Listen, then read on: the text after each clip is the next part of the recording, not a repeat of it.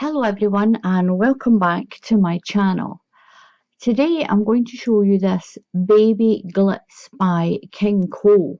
Now this is a really soft baby yarn, but it has like a lurex thread through it, but it's not scratchy at all. Now you could really put this right next to your baby's skin and it's not going to irritate or itch at all. It's a beautiful, beautiful glitz in the yarn. It's got a perfect name for it. Now this one is pink. The number is 103 and you can get this on Lovecrafts. Well, this is a beautiful stitch. This stitch is absolutely beautiful. Now when you do this little pattern, you get these lovely even little bumps down the side.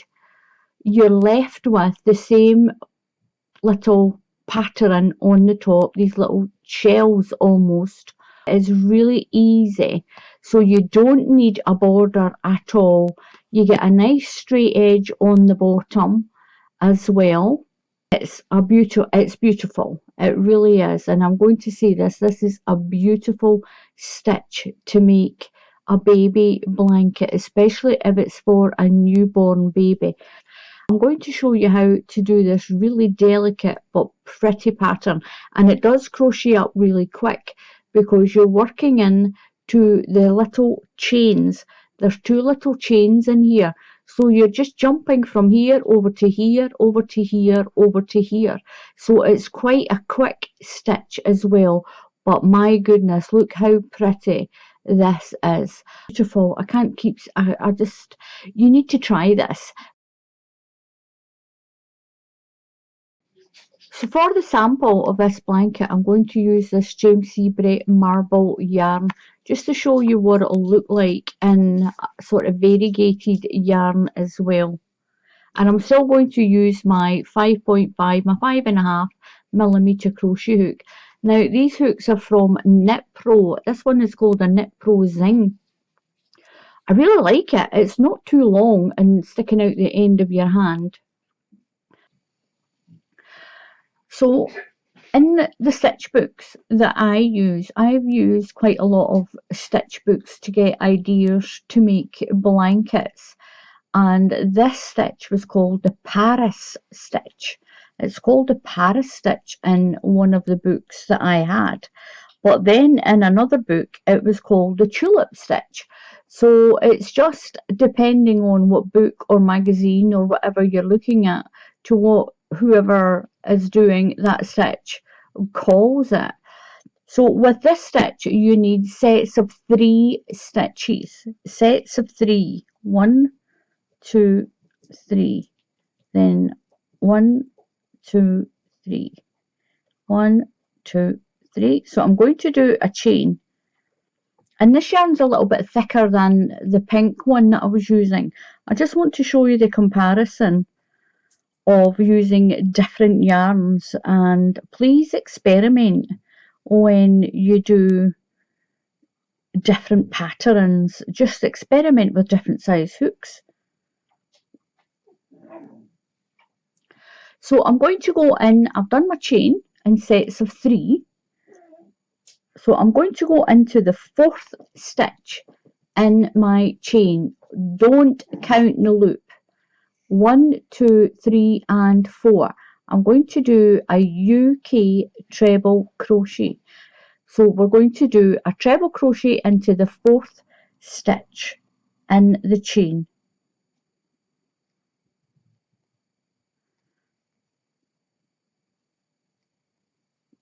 Now that chain there becomes your 1st stitch and that's your 2nd one. Now you're going to chain 2. 1, 2, and into that same stitch you're going to do a UK double crochet. So into that same stitch you're going to do 1 double crochet into that same stitch, and it makes this little cluster. You're going to skip 2 stitches, 1, 2. Now into the next stitch, 2 treble crochets, 2 chain, and 1 double crochet, all into the same stitch. So yarn over and do your first treble crochet, that's 1, yarn over and your second treble crochet. So I've done 2 treble crochets into that same stitch. I'm going to chain 2, 1, 2, and then into the same stitch do a double crochet. Skip 2 stitches, 1, 2, and we're going to repeat that cluster again into the next stitch. So skip 2, then you're going to do 2 treble crochets, so that's 1 and 2, chain 2, 1, 2, and into the same stitch do 1 double crochet. Skip 2 and then do that cluster again. 2 treble crochet, 2 chain, remember the 2 chain, you need that 2 chain on your next row, and 1 double crochet, all into the same stitch. And it makes these pretty little clusters like this. I'll get my pink one back. So this is what it does. It makes these lovely little clusters. Now your repeat row, you're going to be using the 2 chain, and you're doing that same cluster into each of the chain spaces, and that's it. It's only a 1 row repeat, this blanket. That's what makes it so lovely. It's just a great stitch to do. So skip 2 and then do your cluster into the next stitch. You'll do that all the way to the end. So chain 2 and a double crochet. Skip 2 and do my cluster. That's 2 trebles, 1 and 2 into that same stitch. Chain 2, 1, 2, and then a double crochet. Now I'm going to do that all the way to the end, and you'll do a cluster in your last stitch. So you should have 1 stitch left at the end and do your last cluster in there. So once I get to there, I'll come back and show you what to do next. So I've got 3 stitches left, so I'm going to skip 2, and into that last stitch I'm going to do my little cluster. So that's 2 trebles, 1 and 2, 2 chain, 1, 2. You've got to remember those chains, and 1 double crochet into that same stitch. Now you're going to chain 3, 1, 2, 3. Turn your work around. Now that makes your first treble of your cluster. Now into the chain space, you've got your little clusters and you've got your little chain spaces. This is where you're going to work from now on. You're going to work into all these chain spaces. Then you'll jump over to this one, and into that 2 chain space, you'll do that cluster, that same cluster, and move over to the next one. That's what makes this stitch really quick as well. So that counts as your first treble crochet. So into this chain space, we're going to do 1 more treble crochet. So that one and that one makes 2. Chain 2, 1, 2, and do a double crochet into that chain space. So that's your cluster made. You're going over to your next cluster, and into the chain space you'll do your 2 treble crochets, 1 and 2, chain 2, 1, 2. Now into the same space do your double crochet, 1 double crochet. If you're in the USA, that's a single crochet. So jump over to the next cluster and into the chain space, and that's what you do all the way to the end. You'll do your last cluster, chain 3 and turn, and then just repeat that row. So into my chain space, I'm going over to the next set and do my cluster. 2 treble crochets, 2 chain and 1 double crochet, all into the same space. Then move over to the next one. 1, 2, chain 2, 1, 2, and a double crochet. Remember the double crochet locks it in. Now what else is, don't worry if it starts to fan out a little bit. As your blanket grows, your bottom here will straighten out. For the time being, it will look a little like a fan, but as it grows, like this one, I'm still working on this little one. This is a little cuddle blanket. And as you can see, as it grows, the bottom is nice and straight. And these little peaks run up the side.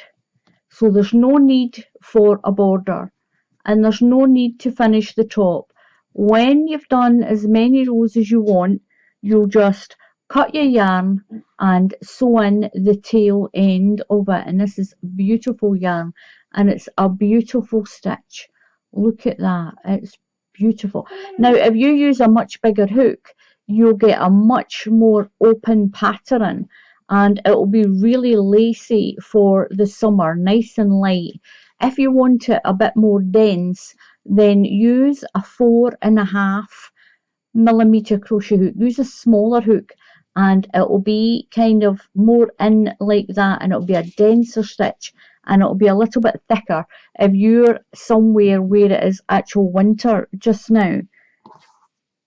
So back to my sample, I'm going to work my way to my end, putting my clusters in the chain spaces. So I'm at my last cluster, and in the chain space, just find your little chain space. That's why you've got to remember and do your 2 chain. We're going to do our little cluster. So that's 1 treble crochet, 2 treble crochet, 2 chain, 1, 2, and 1 double crochet in there to lock that in. Now chain 3. 1, 2, 3. That becomes your first treble crochet of your next cluster. So turn your work. So that's your first treble crochet. So into the chain space here, you're going to do 1 more treble crochet. Chain 2, 1, 2, and do 1 double crochet into that chain space. And that is what you'll do for this blanket. Now this is thicker yarn and it's really pretty. I'll do a few more rows and show you what it looks like. This is what it looks like in a different yarn. This is the James Seabury marble yarn, and it's a double knitting. And look at this, even though the other one, the pink one, is a double knitting, I think this feels a little bit thicker. It's a little bit on the thicker side. And look at that. So if you're doing them for adults, this is still a beautiful stitch. It's nice and compact when you use a thicker yarn like this. And the one thing, keep persevering. If your blanket goes like this at the top, it will straighten out as you work up like this one is. I'll show you my pink one again. And look at this. This little one is absolutely beautiful. Even though it's a double knitting yarn, it's slightly thinner. It's slightly thinner than that James Seabury marble. And look at that, with the same size of hook. It is so pretty in any yarn that you use. And for babies, if you have a new grandchild on the way, if you do this in a beautiful snow white yarn, it would be an absolutely beautiful baby gift for a brand new baby. And like I've said already, you don't need a border on it because it gives you this nice little ruffled edge, and you get the same at the top. Now when you finished your blanket and you've got it as big as you want it, I went and pulled my stitch out there. I'll finish this. that's chain 2 and a 1 double crochet. So when you finish your row, all you'll do is just cut your yarn, cut it there, and pull the loop through that stitch and stitch in your end. That's how you finish it off. I think it's beautiful. So please, if you haven't subscribed already, then please subscribe to my channel. And if you click on the bell icon, then YouTube will tell you when I put up another tutorial. So please give this one a try. It is just a little cluster. It works up fast because you're just going in to that chain 2 stitch and move across to the next one and then over and over and over. So it's a 1 row repeat, just that little cluster, and it works up really quickly. So until the next time, happy crafting, and I'll see you all again soon. Goodbye.